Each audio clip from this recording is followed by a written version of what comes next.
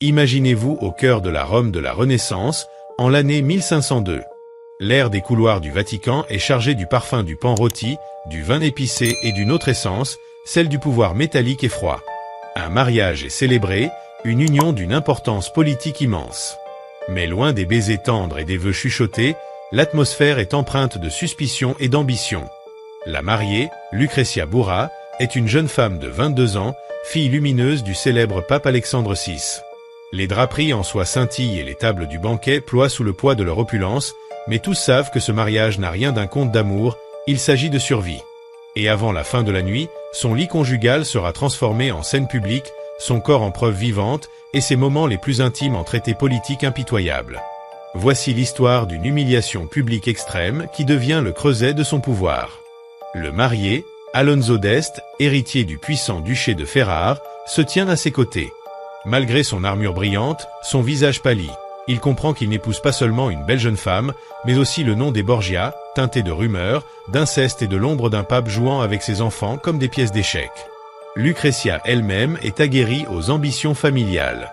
Déjà mariée 2 fois et 2 fois abandonnée, son nom est devenu synonyme de scandale à travers toute la péninsule italienne. Les historiens discutent encore pour savoir si elle fut une innocente victime ou une conspiratrice calculatrice. Mais cette nuit-là, elle porte une robe de tissu d'or, ornée de perles comme des larmes figées, et affiche un sourire serein, maîtrisé, consciente que chaque regard est scruté et noté. Cette alliance est cruciale.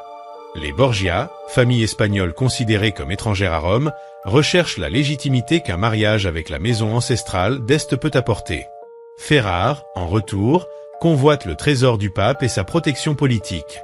Mais sous les bannières brodées et les politesses feintes se cache une exigence grotesque, le mariage doit être prouvé devant témoins.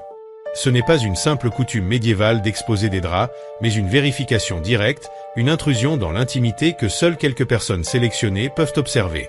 Les Borgia avaient toutes les raisons de réclamer un tel spectacle. Le premier mariage de Lucrezia avec Giovanni Forza avait échoué après que sa famille, en quête d'une union plus avantageuse, l'accusa d'impuissance, le contraignant à signer une confession sous menace de mort. Son second mariage, avec Alonso d'Aragon, un homme qu'elle aurait aimé, se termina dans le sang. Il fut assassiné sur les marches du Vatican, et Rome tout entière murmura que son père et son frère impitoyable, César, avaient orchestré le crime. Avec Alonso d'Este, il ne pouvait plus y avoir de doute ni de murmure pouvant remettre en question l'union. Le mariage devait être garanti par une preuve absolue et incontestable. Après des heures de festin, de danse et de poésie, le couple fut conduit non pas dans une chambre nuptiale privée, mais sur une scène aménagée, où les lourds rideaux de velours furent écartés juste assez pour que les témoins sélectionnés puissent regarder. Un prêtre priait, les courtisans toussaient nerveusement, et le mariage se fit par vérification plutôt que par vœu. Imaginez la scène, la chambre saturée de parfums de rose masquant l'odeur de sueur et de bougies, le bruissement des soies alors que les serviteurs arrangent le lit avec le même soin qu'un hôtel. Alonso, nerveux, peut-être embarrassé, joue son rôle comme un acteur conscient de l'audience.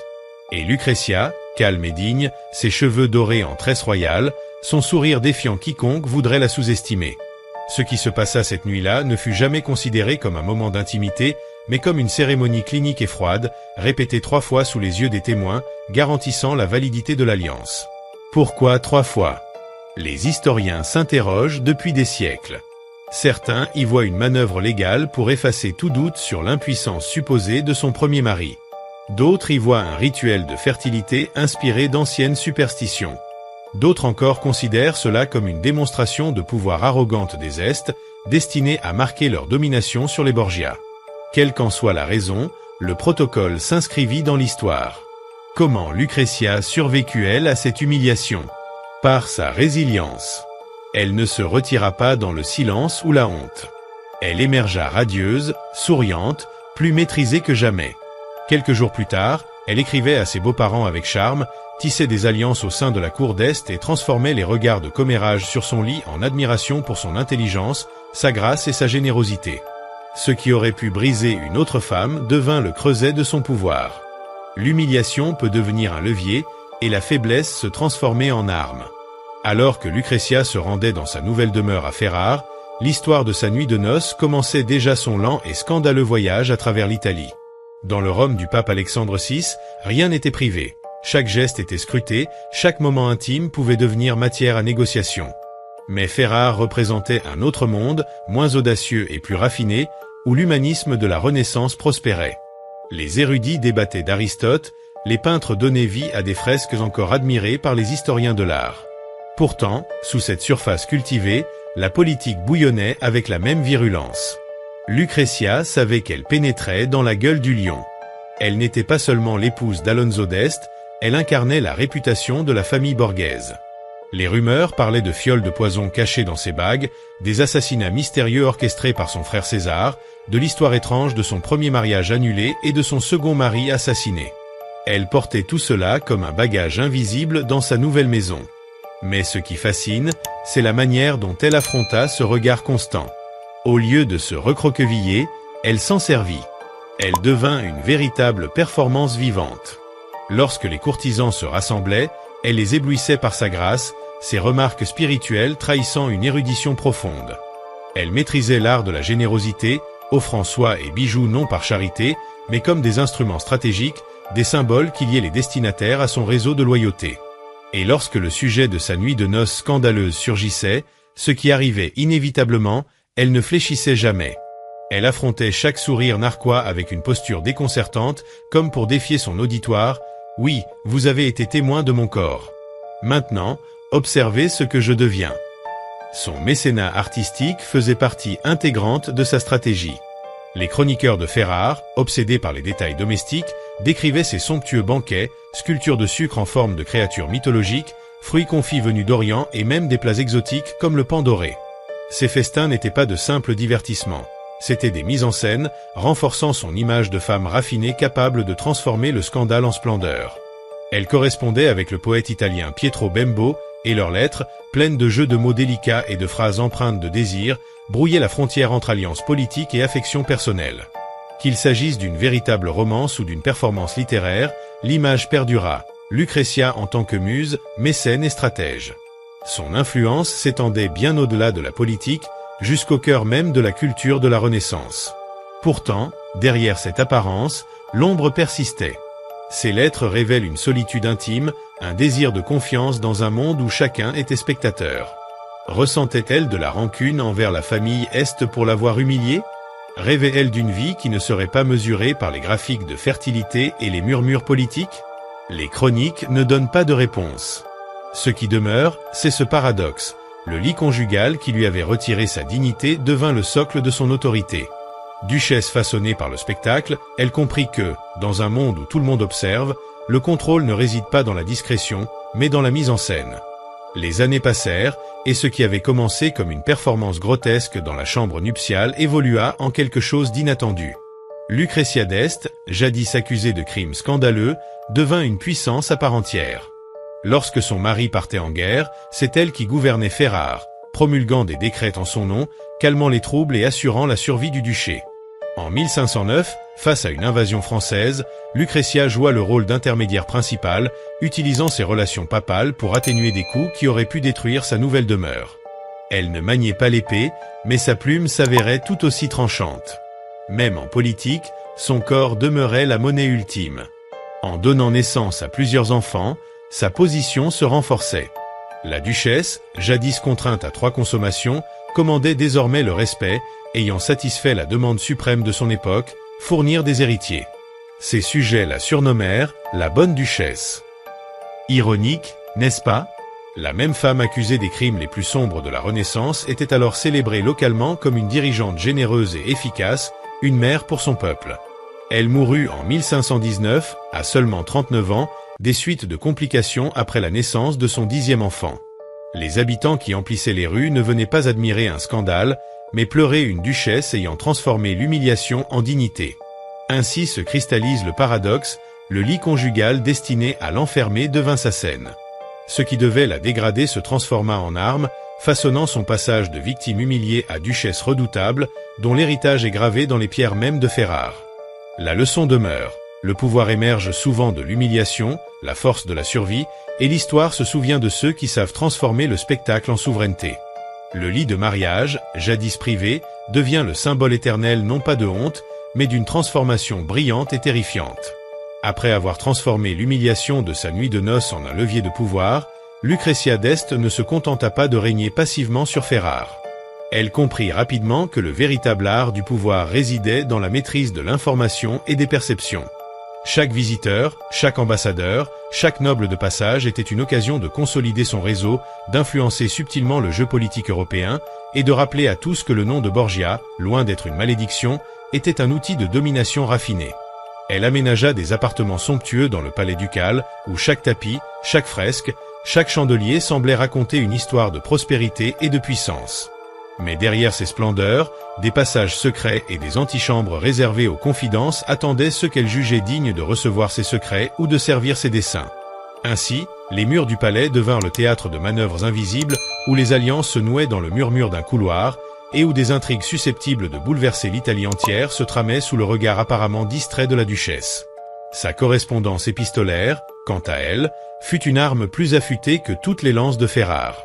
Les lettres à Pietro Bembo, aux familles influentes de Florence et de Venise, et même aux puissances étrangères, étaient construites comme des partitions. Chaque mot, chaque virgule, chaque allusion à son passé scandaleux était calculée pour renforcer sa légitimité et détourner l'attention des rumeurs malveillantes. Elle transformait le poison de la calomnie en ambroisie diplomatique, laissant croire que sa position n'était pas seulement acquise par la naissance ou le mariage, mais par l'intelligence supérieure et la clairvoyance d'une femme capable de jouer des hommes comme des pièces sur un échiquier. Ses interventions dans la gestion du duché ne se limitaient pas à la signature de documents officiels. Elle réorganisa les finances, réforma le commerce du vin et du blé, et négocia des traités avec des cités souvent rivales. Chaque décision administrative, chaque allocation de fonds, chaque répartition de terres était un mouvement stratégique destiné à asseoir sa domination et à démontrer que son ascension n'avait rien d'un hasard. Pourtant, Lucrezia n'oublia jamais le poids du passé. Le souvenir de ses maris disparus et des accusations d'impuissance ou de trahison restait ancré dans sa mémoire comme un spectre. C'est précisément ce spectre qu'elle transforma en une force de persuasion. Elle montrait subtilement que ceux qui avaient douté de sa loyauté ou de son pouvoir se trouvaient désormais dans son ombre, dépendant de son jugement. Ainsi, chaque réception n'était pas un simple divertissement, mais une leçon de pouvoir. Les courtisans, les prêtres et les dignitaires étrangers observaient, fascinés et effrayés à la fois, la manière dont une femme jadis exposée à l'humiliation totale pouvait s'élever au rang de souveraine incontestée. Même les artistes et les poètes, séduits par sa grâce et son esprit, devenaient des instruments de son prestige, immortalisant sa présence dans des fresques, des statues et des madrigaux qui circulaient bien au-delà des frontières de Ferrare. Les années suivantes, le jeu politique s'intensifia. L'Europe entière changeait sous le vent des alliances, des guerres et des ambitions papales. Les Français convoitaient les États italiens, l'Empire observait avec prudence, et les villes-États italiennes rivalisaient de ruse et de diplomatie.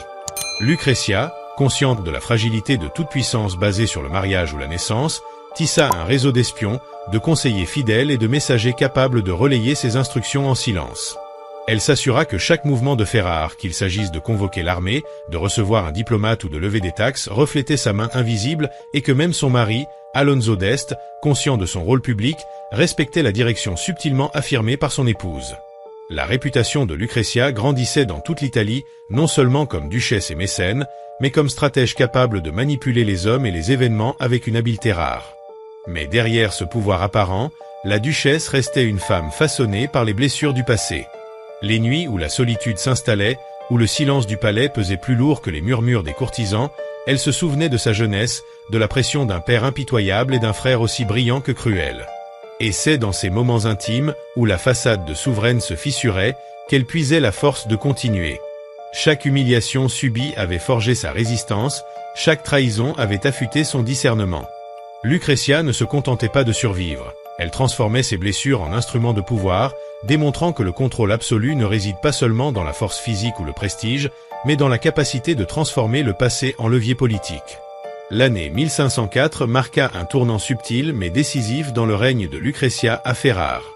L'ombre des Borgia planait toujours sur elle, et les messagers de Rome ne cessaient de rapporter des nouvelles de complots, d'assassinats avortés et de mariages arrangés qui pouvaient bouleverser le fragile équilibre des alliances italiennes. Lucrezia comprit que Ferrare, aussi prospère et raffiné fut-il, restait vulnérable face aux ambitions françaises, aux manœuvres des Médicis et aux velléités expansionnistes de Venise. Ainsi, elle se mit à maîtriser un art plus délicat que celui de la guerre, l'art de la persuasion silencieuse et de la dissimulation élégante. Chaque sourire, chaque mot, chaque geste était calculé pour inspirer la confiance, susciter la loyauté et décourager toute velléité de trahison. Les visiteurs étrangers ne devaient jamais deviner que derrière la duchesse rayonnante se cachait une femme forgée par la crainte, l'humiliation et la survie. Le palais ducal, sous sa direction, devint le centre d'une diplomatie raffinée, presque théâtrale. Les couloirs résonnaient des pas des envoyés, des murmures des conseillers et des rires mesurés des courtisans. Les salons, éclairés par des torchets et des lampes à huile, étaient décorés de tentures brodées d'or et de fresques représentant des scènes mythologiques et bibliques, où la gloire des héros semblait préfigurer celle de la duchesse. Mais derrière ces splendeurs, chaque détail servait un objectif politique. Les statues et les tableaux n'étaient pas seulement des ornements, mais des signes visibles de puissance et de culture, destinés à impressionner ceux qui venaient juger Ferrare et sa gouvernance. Les alliances se nouaient dans ces salons, mais la véritable politique se jouait dans les pièces secondaires, où seuls les initiés pouvaient comprendre le véritable sens des messages échangés. Lucrezia savait que son rôle de mère renforcerait également son autorité. La naissance de ses enfants n'était pas seulement un événement privé, mais un acte politique de première importance. Chaque héritier représentait un lien avec le futur, un moyen de consolider la maison d'Este et de garantir que le nom des Borgia continuerait à influencer la péninsule. Elle suivait avec attention les alliances de mariage envisagées pour ses enfants, calculant avec la précision d'un stratège militaire les bénéfices et les risques de chaque union. Les rumeurs, qui autrefois auraient pu l'anéantir, étaient désormais des instruments qu'elle savait exploiter. Elle cultivait un équilibre délicat entre mystère et visibilité. Les courtisans et les visiteurs devaient toujours sentir sa puissance, mais jamais la connaître entièrement. Cette maîtrise du regard des autres devint sa signature, et Ferrare apprit à obéir avant même que les ordres ne fussent prononcés. Mais le pouvoir ne suffisait pas à éteindre la nostalgie du passé. Les lettres qu'elle envoyait et recevait laissaient transparaître un mélange de solitude et de désir de reconnaissance intime. La correspondance avec Pietro Bembo, par exemple, oscillait entre jeux de mots raffinés et confidences subtiles, révélant une femme capable de séduction intellectuelle, mais aussi vulnérable face à la fragilité de la confiance humaine. Pourtant, même dans ces échanges, Lucrezia utilisait chaque mot comme un outil. Séduire, convaincre, influencer. La frontière entre affection réelle et manipulation calculée était floue, et c'était précisément cette ambiguïté qui renforçait son aura et sa réputation. Peu importait si certains murmuraient sur ses prétendus scandales ou ses amours, la duchesse savait transformer ses histoires en un symbole de puissance féminine et d'indépendance stratégique. Alors que Ferrare prospérait, le contexte italien se faisait plus menaçant. En 1508, les armées françaises et suisses se rapprochaient des États pontificaux et des cités du Nord. Lucrezia, loin de rester passive, multiplia les contacts avec les ambassadeurs, envoyant des émissaires secrets à Venise et Florence pour sonder les alliances et les intentions. Sa connaissance intime des intrigues romaines lui permettait d'anticiper les mouvements de César Borgia, qui continuait à manœuvrer à Rome, et de préparer Ferrare à toute éventualité. Le duché, sous son contrôle.